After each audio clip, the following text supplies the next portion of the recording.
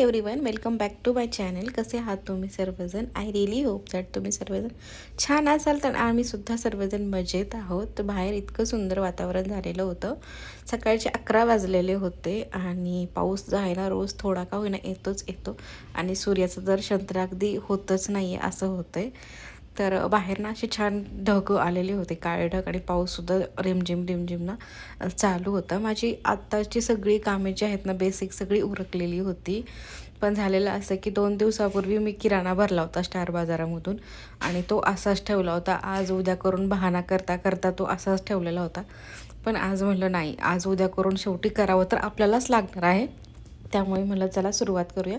तर सकाळीच उठल्यानंतर जी काही रिकामी झालेल्या भरण्या होत्या ना काचेच्या, ज्यामध्ये सामान भरायचं होतं, तर ते मी धुवून ठेवलेल्या होत्या. आता त्या छान सुकल्या होत्या, तर कोरड्या कपड्यांनी परत पुसून घेतल्या. नाहीतर मग जो काही आपण किराणा माल त्याच्यामध्ये भरू तो खराब व्हायची शक्यता असते. त्यामुळे छान कोरड्या कपड्यांनी पुसून थोडं फॅनखाली सुकवलं आणि त्यानंतर मग मी आता जो काही किराणा भरलेला होता ना तो भरून घेतला, म्हणजे भरून घेत आहे. आणि हा किराणा आणायला जितकी मजा वाटते, जितकं छान वाटतं ना, तितकंच भरायला तितकाच वेळ आणि तितकंच प्लॅनिंग लागतं. पण हे प्लॅनिंग आत्ता केलं तर पुढच्या 1 महिना 1.5 महिना अजिबात टेन्शन राहत नाही. काही संपलं वगैरे आणि पूर्ण मंथली जे काही प्लॅनिंग असेल ना ते करता येतं. त्यामुळे ओके, छान वाटतं मला हा किराणा वगैरे भरताना आणि आणतानासुद्धा. फक्त हा 2 दिवस मला खूप कंटाळा आला होता, माहीत नाही का. स्वतःला बहाणे देत होते की मी उद्या करेन उद्या करेन, आणि असं उद्या उद्या म्हणता म्हणता 2 दिवस निघून गेले. सो मी दरवेळेस डीमार्टमधून किराणा भरते. यावेळेस स्टार बाजारामधून पहिल्यांदा ट्राय केलं. मला किराणा इथला स्टार बाजारचा डीमार्टच्या ज्या मानाने चांगला वाटला. प्राईस सेम सेम आहेत, फक्त काही गोष्टींमध्ये 1-2 रुपयाचा फरक तर चालतोच. म्हणजे प्रत्येक जर शॉपमध्ये गेलं तर आपण तसा 1-2 रुपयाचा फरक होता. काही कमी काही जास्त असा फरक होता. पण मला स्टार बाजार डीमार्टच्या मानाने आवडलं, कारण डीमार्टमध्ये खूप जास्त काही सामान असं असतं ना की खराबसुद्धा असतं. असं मला 1-2 वेळेस मला घडलेलं होतं. स्पेशली कॉफीचे पॅकेट्स जे होते ना माझे 1-2 वेळा आतमध्ये खूप खराब निघालेले होते. स्टार बाजारचा मी आत्ता जो सगळा ग्रोसरी जितकी शॉपिंग केली ना तितकी मला चांगली लागलेली आहे. यावेळेस ना हे केलिया म्हणून एक साबण मला स्टार बाजारमध्ये दिसलं. भांड्यांची साबण होती. म्हटलं चला ट्राय करूया.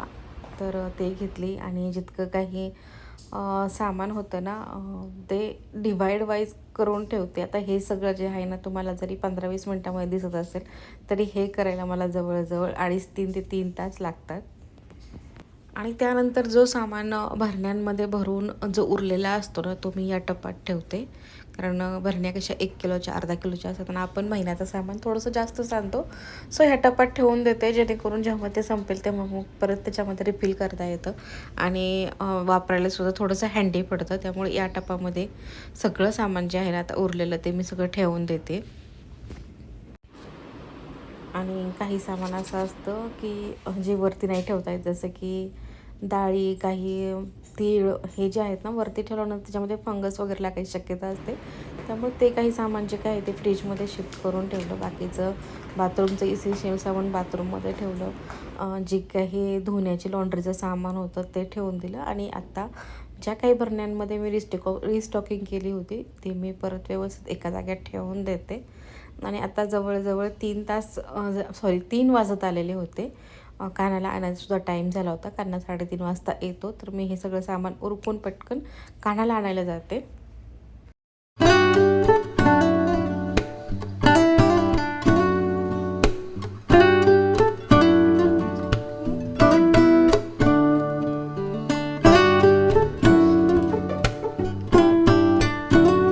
तर स्टार बाजाराच्या वरतीच ना झुडिओ आहे. तर झुडिओमध्ये पण मी गेले होते. तर तिथून काही कॉस्मेटिक्स जे माझे गरजेचे होते, जे की संपले होते, ते मी घेतले. ज्यामध्ये आहे मस्करा, आयलाइनर आणि आयब्रो पेन्सिल आहे. 2 लिपस्टिक्स आहेत आणि 2-3 नेल पेंटच्या नवीन शेड मला आवडलेल्या होत्या, त्या घेतलेल्या आहेत. तर त्याची पण म्हटलं आणल्यापासून ते सुद्धा असंच ठेवलं होतं 2 दिवस बहाणा करून.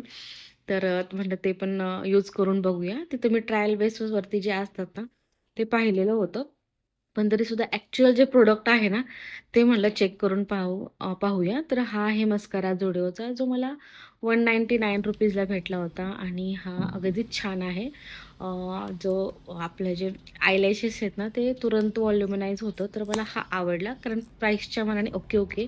तसेही मी कधीतरी यूज करते, रोज यूज करत नाही. याच्या अगोदर जो मस्कारा घेतला होता मी, तो 4 वर्ष चालला. 4 वर्षापूर्वी घेतलेला होता मी. तर याची जी ॲप्लिकेटर आहे तो अशा प्रकारचा आहे आणि त्यानंतर जे आहे आयलायनर मला ₹99 भेटलं. पण एकच प्रॉब्लेम झाला की मी घेताना तर पाहिलं नाही.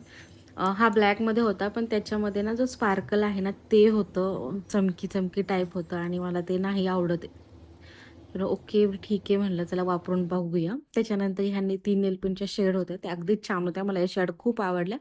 2 लिपस्टिक घेतल्या. एक होती ब्राउन, जी मला हवी होती. मी गेले कित्येक दिवस शोधत होते.